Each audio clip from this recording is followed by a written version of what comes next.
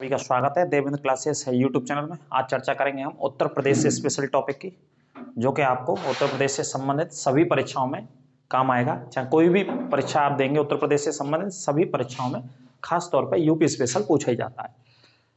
तो ध्यान में रख करके एसआई पुलिस और अन्य भर्तियों को ध्यान में रख करके जो उत्तर प्रदेश से संबंधित होती हैं उसमें आपको उत्तर प्रदेश पढ़ना ही पढ़ना है और नोट्स अच्छे से बनाने हैं। ये तो पहला पार्ट है। मानचित्र के माध्यम से कोशिश करते हैं समझने की और उन पॉइंटों को, उन प्रश्नों को इस क्लास में देखेंगे जो सबसे ज्यादा रिपीटेड हुए हैं आज तक एग्जाम में या सबसे ज्यादा एग्जाम्स में पूछे गए हैं, खासतौर पर उत्तर प्रदेश को ध्यान में रख करके। इसका सेकंड पार्ट भी बनाएंगे, हो सकेगा तो तीसरा पार्ट, लेकिन बनाएंगे मानचित्र की मदद से ही और मानचित्र के माध्यम से ही आपको पढ़ाने की और याद कराने की कोशिश इसमें हम करते हैं क्लास में। तो वीडियो में अंत तक हमारे साथ बने रहिए आप और क्लास को ज्यादा से ज्यादा शेयर करें और लाइक करने में कंजूसी ना करें, ठीक है। तो देखते हैं उत्तर प्रदेश के विषय में। तो ये मानचित्र है आपके सामने, मानचित्र बनाया हुआ और कुछ जिलों को मैंने दर्शाया है। इसमें 75 जिलों को ही नहीं दर्शाया है, कुछ जिलों को दर्शाया है और बाकी के कुछ जिले हम सेकंड पार्ट में दर्शाएंगे आपके लिए। तो दोनों पार्टों में कोशिश करेंगे इसे कवर करा देंगे, ठीक है। तो देखिए उत्तर प्रदेश के विषय में, और उत्तर प्रदेश के विषय में आपको आना चाहिए। यदि आप उत्तर प्रदेश में निवास कर रहे हैं और उत्तर प्रदेश में निवास भी नहीं कर रहे हैं तो उत्तर प्रदेश की परीक्षाओं की तैयारी आप कर रहे हैं तो उत्तर प्रदेश के विषय में आपको जानकारी होनी चाहिए, ठीक है। तो ये मानचित्र हमने आपके सामने बनाया है, इसमें आपको जिले भी दिख रहे होंगे, आप इसी तरीके से बना लेंगे। तो कई बार क्या होता है कि मानचित्र से याद हो जाती हैं, ज्यादातर चीजें दिमाग में बैठ जाती हैं मानचित्र के माध्यम से, वैसे याद नहीं रह पाती हैं जैसे थ्योरी में आप रटते हो या पढ़ते हो, है ना। तो मानचित्र बहुत जरूरी है, चाहे टेढ़ा बने, चाहे पोलियो हो जाए आपके मानचित्र को, चाहे और कोई डेंगू हो जाए मानचित्र को, कोई फर्क नहीं पड़ता, लेकिन आप पढ़िए उनको, है ना, ड्रॉ करके, ऐसी कोशिश किया करो। तो उत्तर प्रदेश के विषय में आपको बता दूं, सबसे पहले कुछ स्थापना वाले पॉइंट देख लेते हैं। ये मानचित्र आपके सामने है। तो देखिए बेसिक प्रश्न क्या आते हैं भाई। बेसिक पॉइंट आपको उत्तर प्रदेश का ये पता होना चाहिए कि उत्तर प्रदेश के उत्तर में कौन सा जिला है, दक्षिण में कौन सा जिला है, पूर्व में कौन सा जिला है और इधर पश्चिम में कौन सा जिला है। यहाँ पे एक शामली जिला है जो बीच में मैं लिखना भूल गया हूँ। पश्चिम में सबसे कौन सा जिला पड़ता है, शामली, यूपी का। और उत्तर में ये आपको दिख रहा है सहारनपुर सबसे ऊपर है, जो कि 3 राज्यों से लगा है यहाँ पे, ठीक है। और इसके अलावा दक्षिण में है सोनभद्र और पूर्व में है बलिया। इनके साथ साथ आप लिख लेंगे, मैं लिख भी देता हूँ आपको याद कराने के लिए। बलिया यूपी का कैसा जिला है, सबसे पूर्वी जिला है, ये नोट कर लेना, पूछा जाता है ना। बलिया उत्तर प्रदेश का सबसे पूर्वी जिला है और बलिया के पास से होकर के कौन सी नदी बहती है, गंगा नदी बहती है बलिया के पास से होकर के। और यदि बात करें बलिया में, तो बलिया सबसे पहले आजाद हुआ था 1942 में, भारत छोड़ो आंदोलन के दौरान सबसे पहले आजाद होने वाला जिला था बलिया। 19 अगस्त 1942 को आजाद हुआ था। बलिया के जो क्रांतिकारी थे, अगर उनकी बात करें, जो भारत छोड़ो आंदोलन में नेतृत्व कर रहे थे भारत छोड़ो आंदोलन का, और एक अस्थाई सरकार का सबसे पहले गठन किया था बलिया जिले में ही, तो उनका नाम था, क्या नाम था, बलिया में आज पढ़ाया था मैंने, चित्तू पांडे। भारत छोड़ो आंदोलन में जो नेता नेतृत्व कर रहे थे उनका नाम क्या था, चित्तू पांडे। और इन्हीं के नेतृत्व में सबसे पहली सरकार की स्थापना होती है बलिया में वर्ष 1942 में, और सबसे पूर्वी जिला है उत्तर प्रदेश का। इस पॉइंट को आप याद रखिएगा, ठीक है। और बलिया की यदि और बात करें हम, तो बलिया को सरकार ने सॉरी, एक जिला एक उत्पाद, ये चल रही है हमारे यहाँ योजना मुख्यमंत्री जी के द्वारा, जो वर्तमान मुख्यमंत्री हमारे आदित्यनाथ जी, उनके द्वारा एक जिला एक उत्पाद योजना स्टार्ट करी गई। तो इसमें एक पॉइंट और चाहो तो नोट कर सकते हो, एक जिला एक उत्पाद के लिए बलिया काय के लिए फेमस है, बिंदी के लिए फेमस है। बलिया बिंदी के लिए बहुत प्रसिद्ध है, एक जिला एक उत्पाद में। तो ये बलिया के पॉइंट है। हालांकि इसके अलावा और भी बहुत सारे, मंगल पांडे जाने नामक क्रांति, प्रसिद्ध क्रांति, जिन्होंने भारत की भूमि के लिए, भारत की आजादी के लिए फांसी पर चढ़ गए थे, और मंगल पांडे बलिया की रहने वाले थे। 1857 क्रांति आप पढ़ेंगे तो 29 मार्च को चरबी वाले कारतूसों के प्रयोग से उन्होंने मना कर दिया और 2 ब्रिटिश अधिकारियों की हत्या कर दी। हत्या करने के बाद उनको गिरफ्तार किया गया। गिरफ्तार के बाद आने वाले 8 अप्रैल 1857 को मंगल पांडे को फांसी दे दी गई। 34वीं इन्फेंट्री के सिपाही थे और उत्तर प्रदेश के बलिया के रहने वाले थे। तो और बलिया से एक प्रधानमंत्री भी चुने गए भारत में, बलिया के ही थे वो प्रधानमंत्री जो भारत में बने थे, उनका नाम था चंद्रशेखर। चंद्रशेखर नामक प्रधानमंत्री कहाँ के रहने वाले थे, बलिया के। तो बलिया ने प्रधानमंत्री भी दिए और बलिया ने मातृभूमि की रक्षा के लिए, ये भारत को आजाद कराने के लिए जाने माने शेर क्रांतिकारी भी दिए, जिनका नाम मंगल पांडे और चित्तू पांडे। चित्तू पांडे नामक क्रांतिकारी को यदि बात करें तो बलिया का शेर भी कहा जाता है। क्या कहा जाता है? बलिया का शेर कहा जाता है। तो ये पहला पार्ट है, बहुत बेसिक चीजों को हम समझ रहे हैं और आपको कोशिश कर रहा हूं पहले मानचित्र के माध्यम से चीजों को समझाने की, ठीक है। चाहो तो सभी पॉइंटों को आप लिखना जितने में बता रहा हूं आपको। अब देखो प्रश्न आता है कि सबसे दक्षिण में जिला कौन सा है यूपी का? यूपी का सबसे ज्यादा क्या, सबसे दक्षिणी जिला कौन सा है? सबसे दक्षिणी जिला है आपका सोनभद्र। उत्तर प्रदेश का सबसे दक्षिणी जिला सोनभद्र है, ठीक है जी। सोनभद्र सबसे दक्षिणी जिला है और इसके ऊपर ये मिर्जापुर हमने ड्रॉ किया है। पहले मिर्जापुर इसी में लगता था, सोनभद्र के अंतर्गत आता मिर्जापुर। तो जब मिर्जापुर सोनभद्र में था तो यूपी का क्षेत्रफल के आधार पर सबसे बड़ा जिला सोनभद्र ही हुआ करता था पहले, लेकिन सोनभद्र में से दो हिस्से हो गए, एक मिर्जापुर बना दिया गया, तो क्षेत्रफल के आधार पर सबसे बड़ा लखीमपुर खीरी हो गया फिर, ठीक है। इस पॉइंट को याद रखना। हाँ, 1989 में ये अलग किया गया था। 1900 सोनभद्र से मिर्जापुर को अलग किया गया था 89 में। अब देखो सोनभद्र की अगर बात करें तो सबसे दक्षिण जिला तो है ही, लेकिन सोनभद्र काय के लिए फेमस है उत्तर प्रदेश में? उत्तर प्रदेश में फेमस है कोयला के उत्पादन के लिए। कोयला का उत्पादन के लिए बहुत फेमस है ना। और यहाँ पे एक खान पढ़ते हैं हम, सिंगरौली खान। कोयला निकाला जाता है, कौन सी खान से निकाला जाता है? यहाँ पे सिंगरौली खान से निकाला जाता है। और एक नदी यहाँ पे फ्लो करती है और नदी का नाम है रेहंद नदी। कौन सी नदी है? रेहंद नदी बहती है, ठीक है। तो इनके लिए सोनभद्र जाना जाता है और सोनभद्र जाना जाता है सीमेंट के उत्पादन के लिए भी। और एक और पॉइंट नोट कर लीजिएगा, सीमेंट के उत्पादन के लिए, सीमेंट उत्पादन के लिए सोनभद्र जाना जाता है, क्योंकि सीमेंट का उत्पादन कहाँ पे होता है? सोनभद्र के अंदर होता है। सोनभद्र मतलब ये पहाड़ियों पर स्थित है, या पहाड़ियों का विस्तार है सोनभद्र और मिर्जापुर दोनों जिलों में। तो सोन मतलब यहाँ सोने का उत्पादन हुआ था, आज से काफी वर्षों पहले पाया जाता था, इस वजह से इसका नाम सोनभद्र पड़ा। उन पहाड़ियों की वजह से, या उन पहाड़ियों में जो सोना मिला था उसकी वजह से सोनभद्र इसका नाम पड़ा था, है ना। तो सीमेंट उत्पादन भी बहुत बड़े पैमाने पर सोनभद्र में होता है। और सोनभद्र का पड़ोसी जिला कौन सा? मिर्जापुर, जो कि सोनभद्र में से बना है। इधर भी सीमेंट का उत्पादन होता है, दोनों जिले में सीमेंट का उत्पादन होता है ना, यूपी के अंदर। रेहंद नदी याद रखना, सिंगरौली और कोयला के लिए भी याद रखना।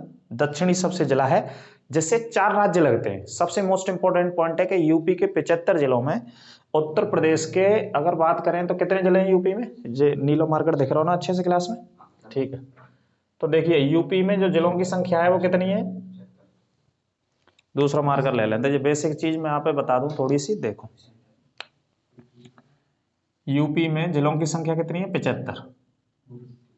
75 जिले हैं उत्तर प्रदेश में और 18 मंडल है ना। ये याद रखना है यूपी के अंदर, ये बेसिक जानकारी आपको पता होनी चाहिए। 316 या समथिंग कुछ और भी सरकार बनाती रहती है, तो तहसीलों की संख्या बदलती रहती है, उसे आप देख लीजिएगा, है ना। कई बार अपडेट रहते हैं ये वाले पॉइंट। लेकिन मंडल 18 और 75 जिले हैं उत्तर प्रदेश के अंतर्गत। तो 75 जिलों में सिर्फ एक जिला सोनभद्र है जो 4 राज्यों से लगा हुआ है। इस पॉइंट को आप कंटेस्ट कर लेना और रट लेना।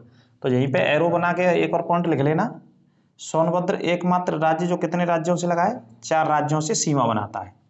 और 4 राज्य कौन कौन से भैया? 4 राज्य आप कहेंगे तो एक झारखंड आएगा, एक छत्तीसगढ़ आ जाएगा, एक मध्य प्रदेश आ जाएगा और एक बिहार आ जाएगा। ये चारों राज्यों से सोनभद्र सीमा बनाता है। इस लाइन को अगर आप ज़्यादा जल्दी में भूल गया हो तो रिपीट करके, रिवर्स करके आराम से क्लास को देख लें।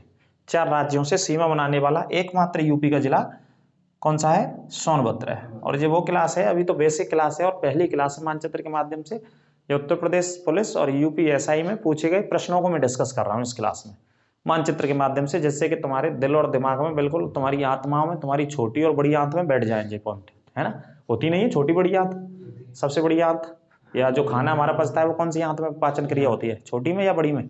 छोटी आंत में पाचन क्रिया होती है। जो स्टूडियो वाले हमारे बता रहे हैं भैया, धुआंधार है इनकी जीएस भी, धुआंधार जलप्रपात में भी घूमने जाते हैं जो कि एमपी में स्थित है। तो 4 राज्यों से लगता है सोनभद्र, है ना। सोनभद्र में एक और पॉइंट है, एक एल्युमिनियम का यहाँ उत्पादन होता है। एल्युमिनियम को निकालने वाली एक कंपनी काम करती है, उसे थोड़ा सा बताएंगे, अभी दिमाग से वो मिसमैच हो गया पॉइंट, है ना। आगे बात करते हैं। देखो इसके अलावा मिर्जापुर के बारे में बता देते हैं। मिर्जापुर काय के लिए फेमस है? ये लिख लेना, सोनभद्र का पड़ोसी जिला है मिर्जापुर। सोनभद्र का पड़ोसी, चूंकि सोनभद्र में से बनाया गया था, ये भी लिख लेना। तो मिर्जापुर फेमस है कालीन उत्पादन के लिए। काय के उत्पादन के लिए? कालीन के लिए, या इसी को बोलते हैं जरी गोटे का काम होता है। जरी गोटे का, जो नई संसद बनी है हमारी दिल्ली में, जिसका उद्घाटन 28 मई को किया गया है, तो संसद के अंदर जो नीचे लोकसभा राज्यसभा में वहां जो कालीन बिछाई गई है, वो कालीन यहीं से बनाई गई यहाँ के कारीगरों के द्वारा। तो कालीन बनाने का ठेका या कॉन्ट्रैक्ट या टेंडर कहाँ के लोगों को दिया गया? मिर्जापुर के लोगों का, क्योंकि ये काम बहुत फेमस है, बहुत प्रसिद्ध है मिर्जापुर के भीतर, है ना। तो कालीन या जरी गोटे के लिए कौन सा जिला जाना जाता है? मिर्जापुर। और मिर्जापुर बहुत सारे अपने जलप्रपातों के लिए फेमस है। यहाँ पे छोटी मोटी नदियां या बहुत सारे ऐसे झरने हैं जो जलप्रपातों के लिए फेमस है ना, वो भी आपको बताएंगे। तो कालीन उद्योग इसका लिख लीजिएगा। अब आगे बात करें प्रयागराज, बनारस, जौनपुर, प्रतापगढ़। देखो प्रयागराज आप जानते हैं, प्रयागराज में क्या है? संगम है भाई साहब, 3 नदियों का संगम है प्रयागराज में। 3 नदियों के अलावा प्रयागराज में है हमारा हाईकोर्ट भी है। हाईकोर्ट कहाँ पे? उत्तर प्रदेश का प्रयागराज में। ये हाईकोर्ट कब स्थापना हुई थी? 1866 में इसकी स्थापना हुई थी। इस पॉइंट को याद रखना है। प्रयागराज में सबसे ज्यादा प्रश्न पूछा जाता है कि हाईकोर्ट की स्थापना कब हुई? 1866 में, ठीक है। और एक दिन के लिए प्रयागराज राजधानी भी बना था भारत का, जो अंग्रेजों के द्वारा बनाया गया था 1858 में, 57 की क्रांति के बाद। 1 नवंबर 1858 को लॉर्ड कैनिंग के द्वारा प्रयागराज बनाया गया था राजधानी। तो संगम और हाईकोर्ट को याद रखना। इसके अलावा प्रयागराज वो जगह है जहां से हमारी मानक समय रेखा अपनाई गई है। मानक समय रेखा कहां से अपनाई गई है? प्रयागराज से। और मानक समय रेखा क्या है? 82 पूर्वी देशांतर। जी हमारी मानक समय रेखा है, जो कि कहां से अपनाई गई है? प्रयागराज। और प्रयागराज में जगह का नाम क्या है भाई साहब? नैनी। नैनी नामक एक जगह पड़ती है, वहां से इसे अपनाया गया है ना। और यूपी का सबसे बड़ा उर्वरक का कारखाना, जो खाद का कारखाना है यूपी का सबसे बड़ा, वो भी कहाँ है? प्रयागराज में। पूरे यूपी का उर्वरक का सबसे बड़ा जो कारखाना है वो भी कहाँ है? प्रयागराज में। तो एक और लिख लेना, उर्वरक कारखाना, जिसका नाम है फूलपुर। ये उत्तर प्रदेश का सबसे बड़ा क्या है? उर्वरक का कारखाना है फूलपुर में। यहाँ से पहले प्रधानमंत्री जवाहरलाल नेहरू जी भी चुनाव लड़ करके जीते थे। कहाँ से? फूलपुर से। सबसे पहले प्रधानमंत्री जवाहरलाल नेहरू जी भारत के बने, कहाँ से चुनाव लड़े थे?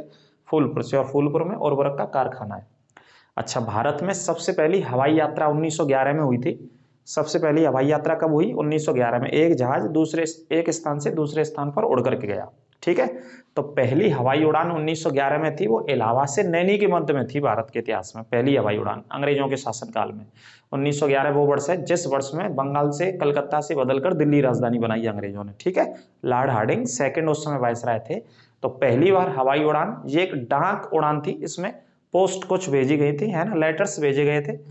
तो हवाई उड़ान थी जी वर्ष 1911 में। और कहां से कहां तक थी? इलाहाबाद से नैनी के बीच में थी, पहली हवाई उड़ान थी, ये भी लिख लेना।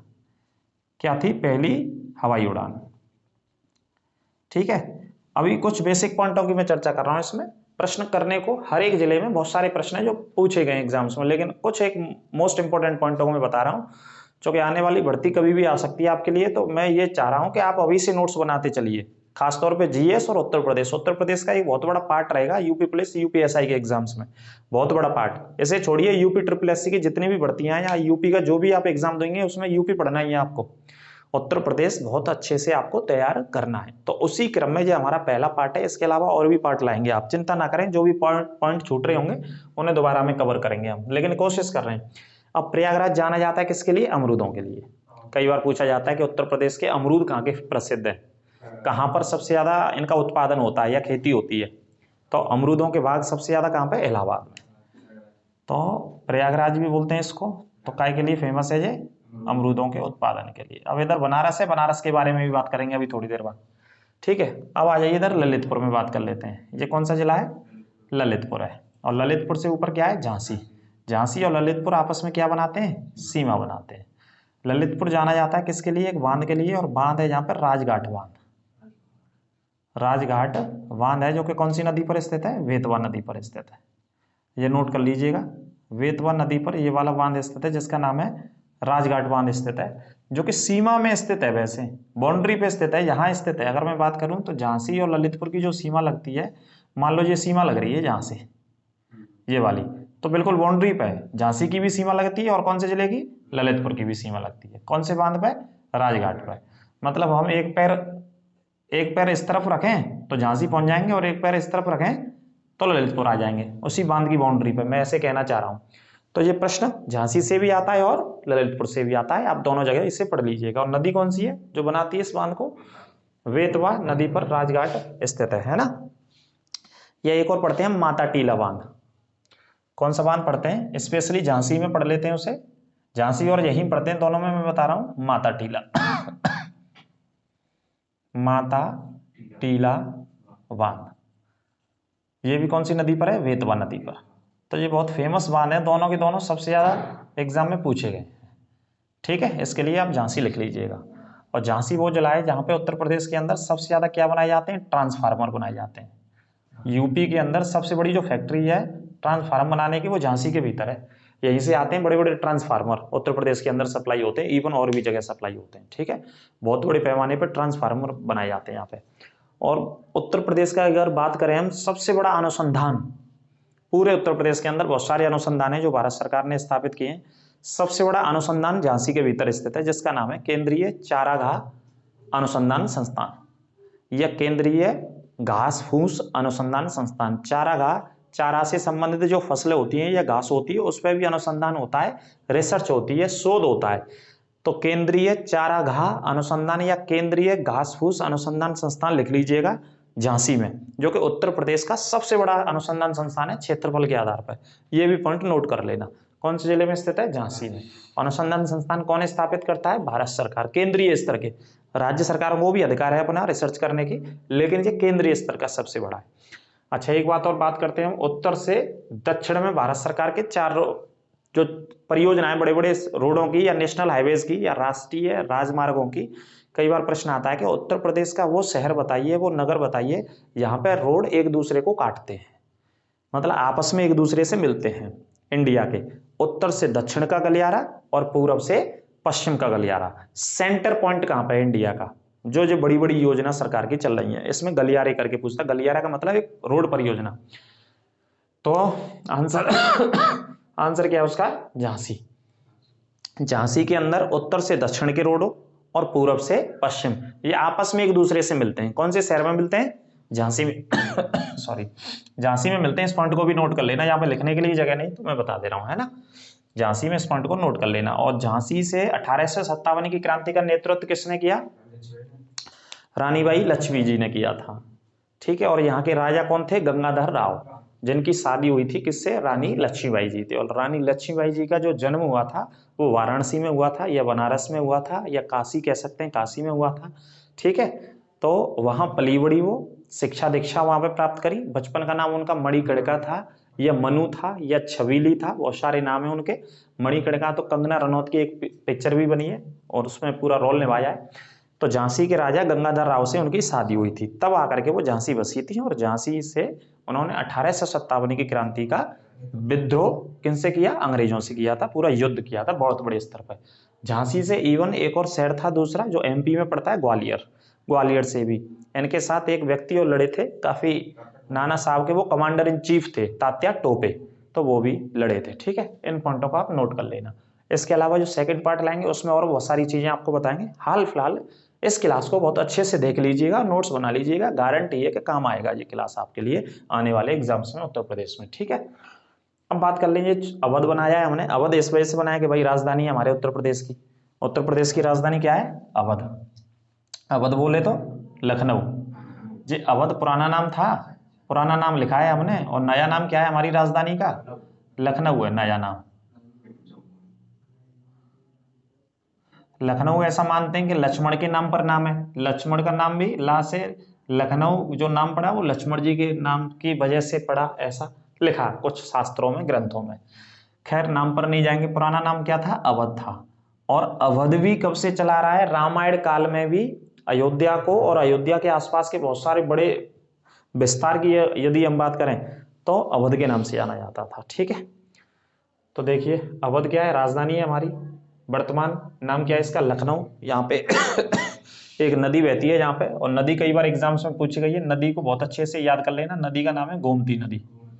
कौन सी नदी बहती है? गोमती नदी। ठीक है, अवध की स्थापना का श्रेय एक शासक को जाता है जिसने स्थापना करी थी 1722 में। 1722 में ये स्थापना करी थी। जिसका नाम था, क्या नाम था, जिसने अवध की स्थापना करी थी? एक नवाब था, क्योंकि नवाबों की नगरी कहते हैं इसको, है ना। तो सादत खान करके एक नवाब थे, उन्होंने स्थापना करी थी अवध की। किसने स्थापना करी? सादत खान ने। तो नोट कर लेना, अवध की स्थापना का श्रेय किसे जाता है? सादत खान को। सादत खान को अवध की स्थापना का श्रेय जाता है, ठीक है, 1722 में। तो इस पॉइंट को याद रखना। और लखनऊ बहुत सारी चीजों के लिए चिकन कसीदाकारी का शहर से कहा जाता है, ठीक है। नवाबों का शहर से लखनऊ को कहते हैं। किसका शहर बोलते हैं? नवाबों का शहर। और सबसे ज्यादा जो लखनऊ अवध है, इसमें काय का उत्पादन होता है? आमों के लिए बहुत फेमस है। आमों का उत्पादन होता है। और आम कहाँ पे होते हैं? मलिहाबाद एक जगह पड़ती है। कौन सी जगह पड़ती है? मलिहाबाद, लखनऊ की, जो आमों के लिए बहुत प्रसिद्ध है, ठीक है। इन पॉइंटों को बेसिक तौर पे आप नोट कर लीजिएगा। और वर्तमान हमारी राजधानी है, वहीं पे हमारी विधानसभा है और विधान परिषद भी है लखनऊ के भीतर, ठीक है। इस नदी को लिख लेना। और पढ़ाने के लिए बहुत हैं, जैसे केंद्रीय पुष्प अनुसंधान संस्थान, या केंद्रीय बॉटनिकल अनुसंधान संस्थान, या केंद्रीय विश्व अनुसंधान संस्थान, ये सब कहाँ पे हैं? ये सब लखनऊ में स्थित हैं, अवध में स्थित हैं। बहुत सारे अनुसंधान हैं, इन्हें दूसरी क्लास में हम बताएंगे आपको अच्छे से, है ना। अनुसंधान अच्छे से बताएंगे आपको। लेकिन हमारी एक प्लेलिस्ट भी है इससे पहले उत्तर प्रदेश की, आप उसे भी देख लेंगे। तो उसमें जिला बाई जिला पढ़ाया है हमने, एक एक जिले को पूरा पोस्टमार्टम करके पढ़ाया, बहुत अच्छे से पढ़ाया है। और पूरा यूपी को भी बहुत अच्छे से पढ़ाया है, यूपी के सब त्योहारों को पढ़ाया है, मेला जितने भी लगते हैं उसको पढ़ाया है। लगभग सभी पॉइंटों को उसमें रखा हुआ है। उस प्लेलिस्ट से जाकर के आप उत्तर प्रदेश के नोट्स बनाते चलें, जो कि दिक्कत नहीं आए आने वाले टाइम में आपको, जैसे नोटिफिकेशन आ जाएगा परीक्षाओं का। ये शहर आपको पता ही है, आगरा है। और आगरा के बारे में आप जानते हैं, आगरा किसके लिए फेमस है? उद्योगों में अगर बात करें तो जूते के उद्योग के लिए फेमस है। आगरा में काय का उद्योग है? जूते का उद्योग। और इमारतों में किसके लिए फेमस है? ताजमहल के लिए फेमस है। इस पॉइंट को आप जानते ही हैं, याद रखिएगा, है ना। और आगरा के बारे में बाद में चर्चा करेंगे। यमुना नदी के तट पर स्थित है। शाहजहां ने इसमें एक ताजमहल का निर्माण कराया, जो कि तकरीबन 1631 से लेकर के 53 तक बन करके तैयार हुआ, जिसमें प्रतिदिन 20,000 से प्लस में मजदूर काम करते थे, ठीक है। और खर्चा की बात करें तो अलग अलग क्लासों में, वो सॉरी, अलग अलग किताबों में अलग खर्चा है, खर्चे पे नहीं जाएंगे, वो आता ही नहीं कहीं खर्चा बढ़ता है ना। अब देखो आप कुशीनगर की बात करें या मल की, देखो आगरा बहुत है पढ़ाने के लिए, मुगलों के हिसाब से बहुत डिटेल में है आगरा, उसे पढ़ाएंगे। और प्लेलिस्ट में एक हमारी यूपी में जाना जाइएगा, अगर आगरा में आपको इंटरेस्टेड है ज़्यादा पढ़ने के लिए, तो उसमें हमने पढ़ा रखा है। प्लेलिस्ट में जाकर के उत्तर प्रदेश से क्लास देखें आप आगरा के विषय में। एतमादौला एक ऐसी इमारत है जो सबसे पहले पूर्णतः संगमरमर से बनाई गई मुगलों में, और कहाँ पे स्थित है? आगरा के भीतर। और इसका निर्माण किससे जाता है? जहांगीर को, है ना। जहांगीर को भी जाता है, या उसकी वाइफ की बात करें नूरजहां को भी जाता है। और एतमादौला कौन थे? जहांगीर के ससुर साहब थे, और जहांगीर के पिता, माफ कीजिए, नूरजहां के पिता थे, जो कि कहाँ से आए थे? ईरान से भारत में आए थे जहांगीर के शासन काल में। इस पॉइंट को भी आप याद रखिएगा। एक आगरा किला है जिसका निर्माण किसने कराया था? अकबर ने कराया था, आगरा किले का। और अकबर के अलावा अकबर के बाद आने वाले 3-4 शासकों ने कराया था। उसमें एक मुख्य शासक जहांगीर भी था, है ना। जहांगीर जाना जाता था अपने शासनकाल में वाइन के लिए, वुमेन्स के लिए, और एक और जाना जाता था, बड़ा फेमस रहा इतिहास में एक डायलॉग उसके लिए, जहांगीर के लिए। वाइन का मतलब शराब का आदी था, वुमेन्स मतलब औरतों का आदी था, उसे औरत चाहिए कहीं ना कहीं, अप्सराओं के साथ जीवन बिताता। कौन? जहांगीर। ऐसा इतिहास में दर्ज है उसके बारे में कहानियां। खैर आगे बात करते हैं। कुशीनगर एक जिला है उत्तर प्रदेश का, सब ये इधर पूर्वी जिला है और तराई के क्षेत्र में। अच्छा, ये वाला हिस्सा कौन सा है? इस क्षेत्र को हम उत्तर प्रदेश का, ये वाले इलाके को क्या बोलते हैं हम एक शब्द में? तराई का क्षेत्र बोलते हैं, ये लिख लेना। हाँ, इस क्षेत्र को क्या बोलते हैं? तराई का क्षेत्र। क्यों बोलते हैं? कि इस क्षेत्र में सबसे ज्यादा नदियां बहती हैं। क्या बहती हैं इस क्षेत्र में? सबसे ज्यादा नदियां। दूसरी हम क्लास में नदियों को भी आपको बताएंगे, कौन कौन सी नदियां जो नेपाल से निकल के आती हैं। ऊपर का जो हिस्सा है ना, ये वाला हिस्सा यूपी का कौन से देश से लगा हुआ है? नेपाल से। नेपाल से लगभग उत्तर प्रदेश के 7 जिलों की सीमा लग रही है। 7 की तो लग रही है, हो सकता है कि 8 जिलों की भी सीमा लगी हो, ठीक है। तो ऊपर नेपाल से सीमा उत्तर प्रदेश की लगती है। तो तराई का क्षेत्र किसकी वजह से? नदियों का अपवाह क्षेत्र है, जहां का नदियों का अपवाह क्षेत्र है, ठीक है। नदियों का अपवाह क्षेत्र है, इस वजह से तराई का क्षेत्र इसे बोलते हैं। और इसे तराई के क्षेत्र में काय की खेती होती है? सबसे ज्यादा धान की खेती होती है। आपसे पूछा जाए कि भैया धान का उत्पादन उत्तर प्रदेश में कहाँ होता है, तो धान का उत्पादन उत्तर प्रदेश में तराई के क्षेत्र में होता है। और तराई का क्षेत्र बोले तो अगर दिशा का भी आ जाए तो उत्तर प्रदेश के कौन से हिस्से में? पूर्वी क्षेत्र में धान की खेती होती है, ठीक है। और एक चंदौली जिला है यहाँ पे, चूंकि ये सब पूर्वी हिस्से में आता है, तो चंदौली को धान का कटोरा भी बोलते हैं। चंदौली को क्या बोलते हैं? धान का कटोरा, ये लिख लेना। चंदौली जिला है, यहाँ पे धान की बहुत बड़े पैमाने पर खेती होती है, तो धान का कटोरा इस जिले को कहा जाता है। ये पॉइंट भी नोट कर लीजिएगा, ठीक है जी। तो उसी में से एक महाराजगंज जिला है, यहाँ पे लिखा है हमने, थोड़ा सा आपको दर्शाया है ये महाराजगंज जिला। इसमें उत्तर प्रदेश का एकमात्र या पहला कह सकते हो गिद्ध संरक्षण केंद्र बनाया गया है, गिद्धों को बचाने के लिए संरक्षण केंद्र। कौन से जिले में बनाया है सरकार ने? महाराजगंज में। ये नोट कर लेना, आप कहीं कहीं मैं लिख नहीं पा रहा हूं तो नोट कर लीजिएगा। गिद्ध संरक्षण केंद्र कौन से जिले में? महाराजगंज में, ठीक है। और महाराजगंज कहाँ है? उत्तर प्रदेश के पूर्वी दिशा में। इसे समझाने का तरीका यह है कि पूर्व उत्तर दक्षिण में आप समझ जाएंगे कौन से जिले कहां पर है। तो लिख लेना महाराजगंज में क्या है? गिद्ध संरक्षण केंद्र। मैं लिख नहीं पा रहा हूं, आप लिख लीजिएगा।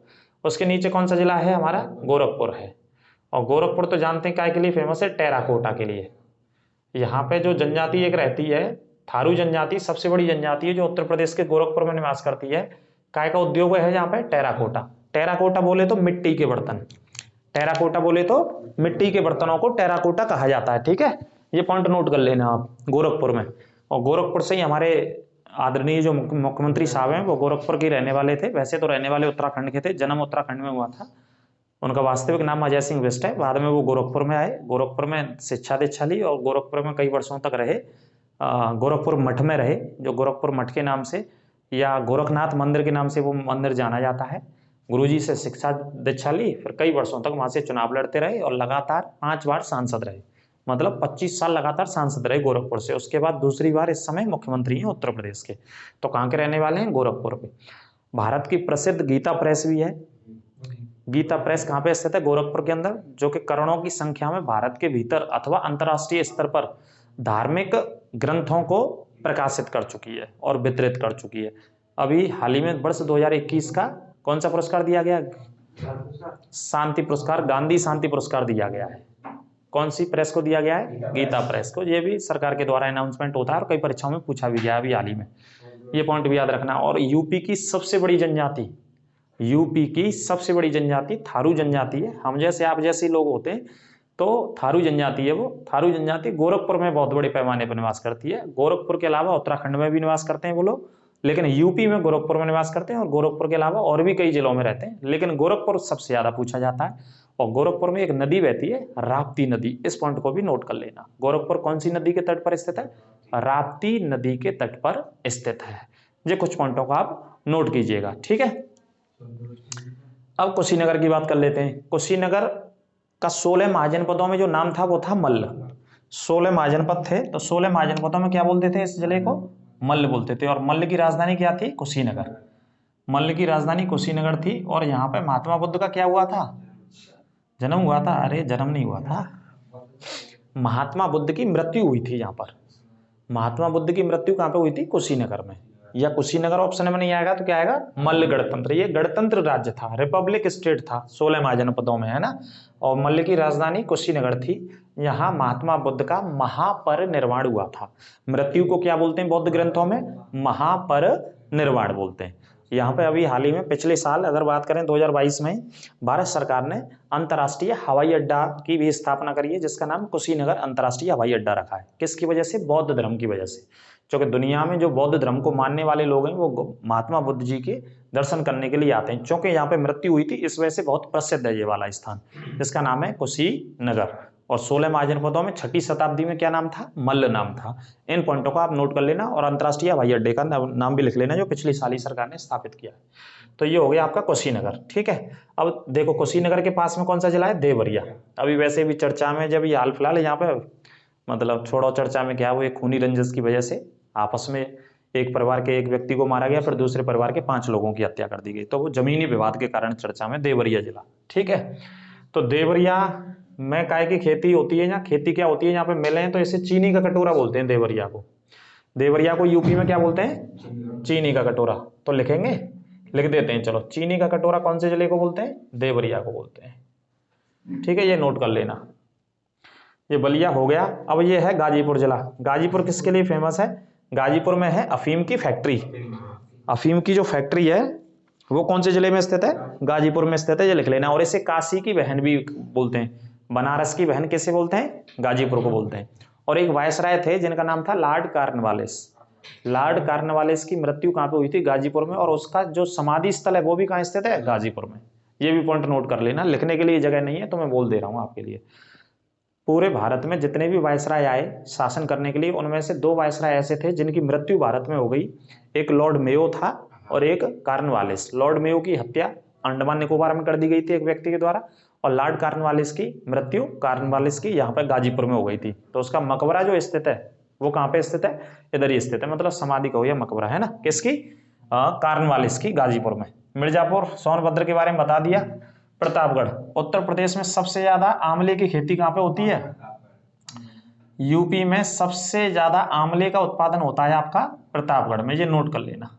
आंवले की खेती प्रतापगढ़ में होती है, और एक नई नदी भी बहती है जहाँ पे, और नदी का नाम है सई नदी, ये भी नोट कर लेना। प्रतापगढ़ 100% उत्तर प्रदेश के अंदर सबसे ज्यादा आंवले की खेती करने वाला जिला है, और आंवले में होती है विटामिन सी, जो कि खट्टा फल होता है, तो खट्टे फलों में विटामिन सी पाई जाती है। तो इस पॉइंट को भी आप नोट कर लीजिएगा। अब उत्तर प्रदेश का सबसे बड़ा जिला कौन सा, क्षेत्रफल के आधार पर, यहाँ आ जाइए आप, क्षेत्रफल के आधार पर सबसे बड़ा जिला है लखीमपुर खीरी, ये नोट कर लेना। क्षेत्रफल के आधार पर सबसे बड़ा जिला लखीमपुर खीरी है, और यहाँ पे एक राष्ट्रीय उद्यान है जिसका नाम है दुधवा राष्ट्रीय उद्यान। दुधवा राष्ट्रीय उद्यान एकमात्र राष्ट्रीय उद्यान है पूरे यूपी में, पूरे 75 जिलों में सिर्फ एक ही राष्ट्रीय उद्यान है जिसका नाम है दुधवा राष्ट्रीय उद्यान। कहाँ पे स्थित है, लखीमपुर खीरी में स्थित है, इस पॉइंट को भी नोट कर लेना। और दुधवा राष्ट्रीय उद्यान में कौन से वो पाए जाते हैं, तो टाइगर्स के लिए फेमस है, ये सबसे बड़ा है क्षेत्रफल के आधार पर, दुधवा राष्ट्रीय उद्यान के लिए फेमस है, नेपाल से सीमा लगती है, ये भी पॉइंट याद रखना।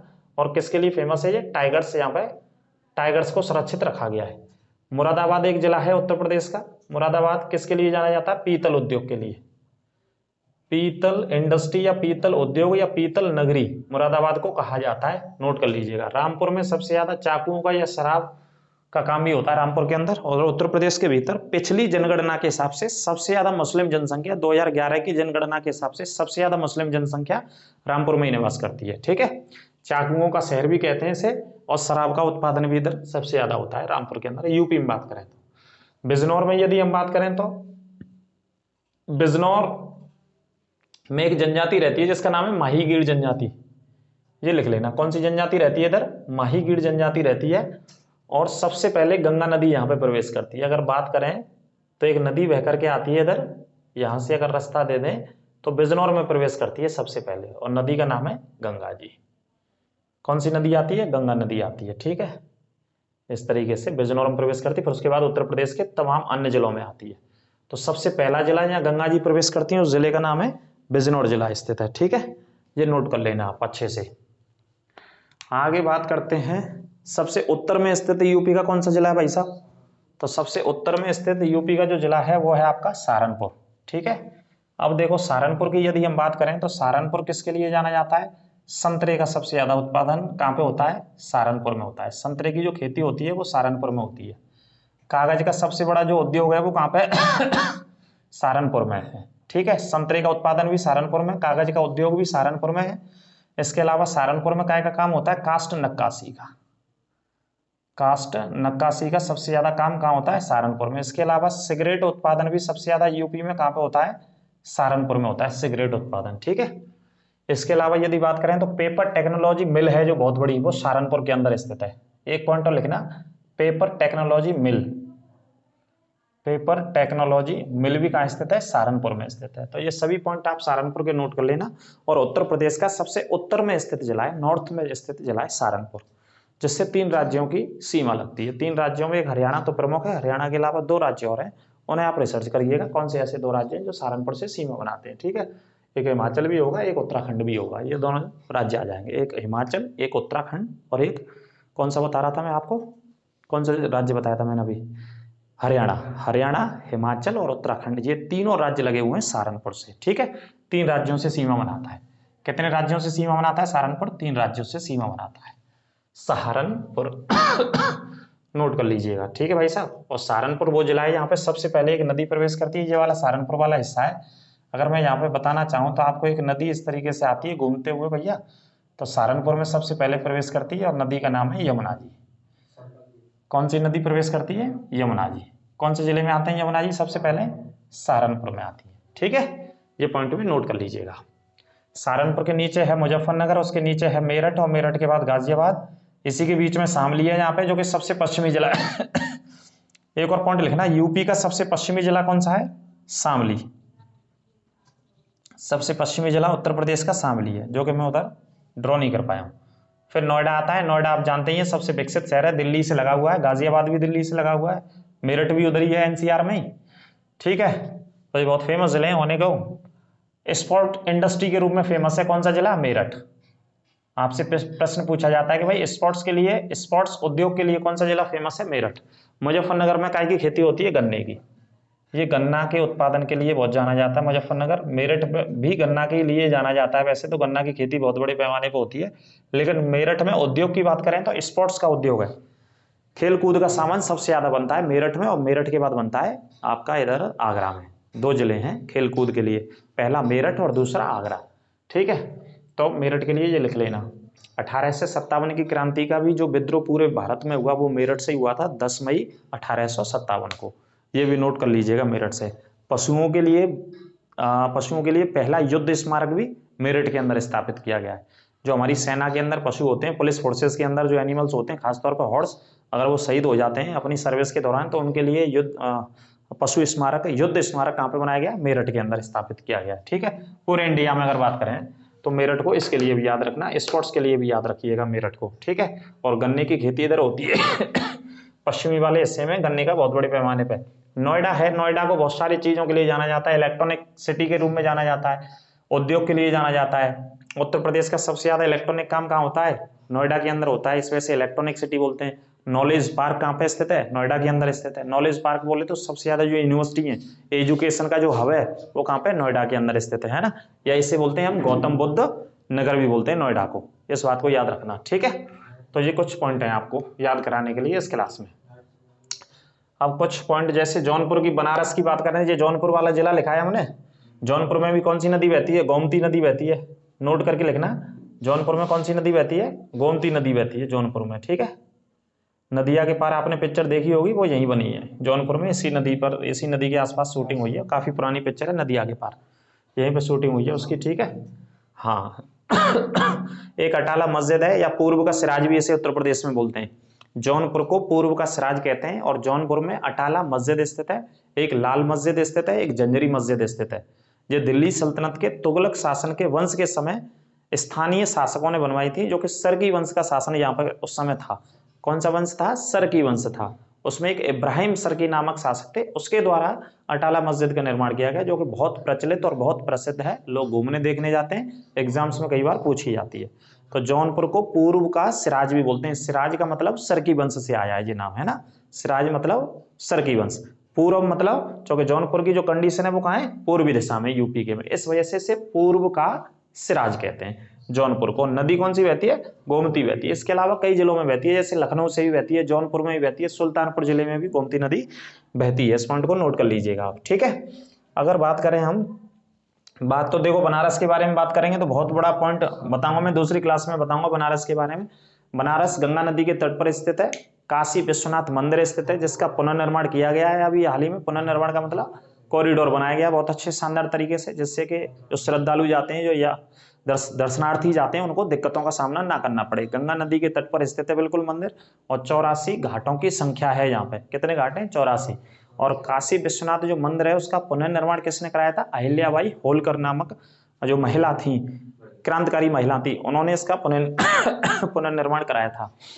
प्रधानमंत्री जी यहाँ से सांसद हैं, उनके द्वारा गोद लिया गांव एक जयापुरा गांव है, जो उन्होंने गोद लिया था सांसद आदर्श योजना के तहत, जो उन्होंने 2014-15 में चलाई थी, जयप्रकाश नारायण जी के जन्मदिन के अवसर पर 11 अक्टूबर को लॉन्च किया था, ठीक है। इसके अलावा बनारस को बात करेंगे तो केंद्रीय साग एवं सब्जी अनुसंधान भी कहाँ पे? वाराणसी के अंदर स्थित है। और उत्तर प्रदेश का तीसरा अंतर्राष्ट्रीय क्रिकेट स्टेडियम भी वाराणसी में बनने जा रहा है, इसका भी हाल ही में शिलान्यास किया गया है प्रधानमंत्री जी के द्वारा, है ना। तो बहुत और अनेक प्रश्न बनारस में है। बनारस में जानी मानी एक यूनिवर्सिटी है जिसका नाम है बनारस हिंदू विश्वविद्यालय, BHU शॉर्ट में पढ़ते हैं। इसकी स्थापना 1916 में पंडित मदन मोहन मालवीय जी के द्वारा करी गई थी। कब करी गई? 1916 में। इस पॉइंट को अच्छे से याद रख लीजिएगा। और पंडित मदन मोहन मालवीय जी वैसे प्रयागराज के रहने वाले थे, प्रयागराज में जन्म हुआ था, लेकिन उन्होंने स्थापना करी BHU की 1916 में। और सबसे पहले महात्मा गांधी जी ने दक्षिण अफ्रीका से लौटने के बाद अपना पहला भाषण कहाँ पे दिया था? 1916 में बनारस में दिया था, सार्वजनिक तौर पर लोगों को संबोधित किया था। बनारस वो शहर है जो कि 6ठी शताब्दी का सबसे प्राचीन या सबसे पुराना शहर माना जाता है, विश्व के शहरों में गिनती होती है। इससे पहले इसका नाम सारनाथ था, 6ठी शताब्दी में बौद्ध धर्म के समय की बात करें तो महात्मा बुद्ध ने पहला उपदेश कहाँ पे दिया था? सारनाथ में। पहला उपदेश सारनाथ में दिया था, जिसे धर्म चक्र परिवर्तन कहा जाता है। सारनाथ का मतलब है बनारस से। सारनाथ का बाद में क्या नाम हुआ? बनारस या वाराणसी, वर्तमान में वाराणसी बोलते हैं ना। और उससे भी पहले अगर बात करेंगे तो हजारों वर्ष पहले तो काशी के नाम से जाना जाता रहा है। कौन से नाम से? काशी के नाम से वाराणसी जाना जाता रहा है। इस पॉइंट को याद रखना। और वाराणसी में रेशमी साड़ियाँ सबसे ज़्यादा बनाई जाती हैं। कौन सी साड़ियों का काम होता है वाराणसी में? रेशमी साड़ियों का, जैसे क्या बोलते हैं, हथकरघा उद्योग के अंतर्गत, या इंग्लिश में हैंडलूम उद्योग। ये पूर्वांचल में या पूर्व के क्षेत्रों में सबसे ज़्यादा ये उद्योग काम करता है। और बनारस का पान भी बहुत प्रसिद्ध है। अमिताभ बच्चन का गाना तो सुना ही होगा आपने। वैसे पान की खेती सबसे ज्यादा उत्तर प्रदेश में महोबा जिले में होती है। कौन से जिले में होती है? महोबा में। लेकिन पान उधर का बहुत फेमस है। और भी पढ़ाएंगे अगली क्लास में, बनारस को बहुत अच्छे से विश्लेषण करेंगे। इसके लिए आप हमारी प्लेलिस्ट में जाकर के बनारस को देख सकते हैं, वो वहां पे पढ़ा रखा है मैंने। ठीक है, अब कुछ पॉइंट है आपके सामने, देखो। दुधवा राष्ट्रीय उद्यान कहाँ पे हो गया साहब? दुधवा राष्ट्रीय उद्यान हो गया लखीमपुर खीरी में। ठीक है, ये नोट कर लेना। किसके लिए फेमस है? टाइगर्स के लिए फेमस है। चिकन कसीदाकारी के लिए कौन सा नगर जाना जाता है? अवध। इसे विज्ञान नगर भी बोलते हैं, लिख लेना विज्ञान सॉरी नगरी। थारू जनजाति कौन से जिले में निवास करती है? गोरखपुर में। और नदी कौन सी बहती है यहाँ पे? राप्ती नदी। ये भी पॉइंट नोट करना। टेराकोटा कहाँ पे स्थित फेमस है? गोरखपुर में। ठीक है, राजघाट बांध कहाँ है? बेतवा नदी पर। और कौन से जिले में? ललितपुर और झांसी की सीमा पर। गंगा जी सबसे पहले कौन से जिले में आती है? बिजनौर में। पूर्वी जिला उत्तर प्रदेश का कौन सा है? बलिया है। ये मैंने बता दिया है, लेकिन वन लाइन फैक्ट में पढ़ लेना। सबसे दक्षिणी जिला कौन सा है? सोनभद्र। इससे कितने राज्यों की सीमा लगी है? 4 राज्यों की। चीनी मिट्टी के बर्तन कहाँ पे बनाए जाते हैं सबसे ज्यादा? बुलंदशहर में। ये बर्तन बहुत बनाए जाते हैं चीनी मिट्टी के। केंद्रीय सिरामिक अनुसंधान भी बुलंदशहर में स्थित है। बुलंदशहर के अंदर एक नरौरा परमाणु संयंत्र है। कौन सा है? नरौरा परमाणु संयंत्र। कहाँ पे? बुलंदशहर में। इसकी स्थापना 1989 में हुई थी। उत्तर प्रदेश का एकमात्र परमाणु संयंत्र है नरौरा के नाम से, नोट कर लेना है ना। और गंगा नदी के तट पर स्थित है। पश्चिमी उत्तर प्रदेश में सबसे ज्यादा काय की खेती होती है? गन्ना की खेती होती है पश्चिमी उत्तर प्रदेश में। पूर्वी उत्तर प्रदेश कैसा क्षेत्र कहा जाता है? तराई का। और यहाँ पर काय की खेती होती है? धान की खेती होती है। अफीम की खेती की बात करें तो बाराबंकी में होती है अफीम की खेती। और फैक्ट्री की बात करें तो गाजीपुर में। इस गाजीपुर को क्या बोलते हैं? काशी की बहन भी कहा जाता है। मानक समय रेखा कहाँ से अपनाई गई है? इलाहाबाद। और इलाहाबाद की कौन सी जगह से? नैनी से। मानक समय रेखा क्या है हमारी? 82 पूर्वी देशांतर, इसको पढ़ते हैं। जो मानक समय रेखा कितने राज्यों से निकलती है? 5 राज्यों से। अगर राज्यों में पढ़ेंगे तो आगे। क्षेत्रफल के आधार पर सबसे बड़ा जिला है हमारा लखीमपुर खीरी, जो कि किससे सीमा बनाता है? नेपाल से सीमा बनाता है क्षेत्रफल के आधार पर। आंवले का सबसे ज्यादा उत्पादन कहाँ पे होता है? प्रतापगढ़ में, ये बता दिया। और प्रतापगढ़ में एक नदी बहती है जिसका नाम है सई नदी बहती है। गिद्ध संरक्षण केंद्र कहाँ पे बनाया गया है? महाराजगंज के अंदर स्थापित किया गया है। तो कुछ बेसिक पॉइंट थे और कुछ ये मानचित्र से बताने की मैंने आपको कोशिश करी है। क्लास कैसी लगी कमेंट करके अवश्य बताएं, और इसका आगे भी पार्ट लाएंगे इसी मानचित्र के माध्यम से। एक बार फिर कवर कर देंगे, पहले पढ़ा रखा है, प्लेलिस्ट भी बना रखी है इसकी, वहां से जाकर के देख लीजिएगा। और मानचित्र के माध्यम से सेकंड और थर्ड पार्ट इसका हम लेकर के लाएंगे। क्लास कैसी लगी अवश्य बताएं, और ज़्यादा से ज़्यादा क्लास के साथ जुड़ा करें और शेयर किया करें अपने दोस्तों और मित्रों के साथ। और लाइक करना क्लास को बिल्कुल ना भूलें। अगर कोई शक समस्या कहीं पे लगी हो आपको इसे समझाने में तो कमेंट कीजिए आप, और कमेंट के बाद उसका उत्तर दिया जाएगा। आपके ऊपर हनुमान जी की और सभी जितने भी हमारे 33 करोड़ देवी देवताएं सभी की आपके ऊपर अनुकंपा बनी रहे, आशीर्वाद बनी रहे, ऐसे प्रभु से हम प्रार्थना करते हैं। और सभी को राधे राधे। अगली क्लास में आपसे फिर मुलाकात करेंगे। नमस्कार।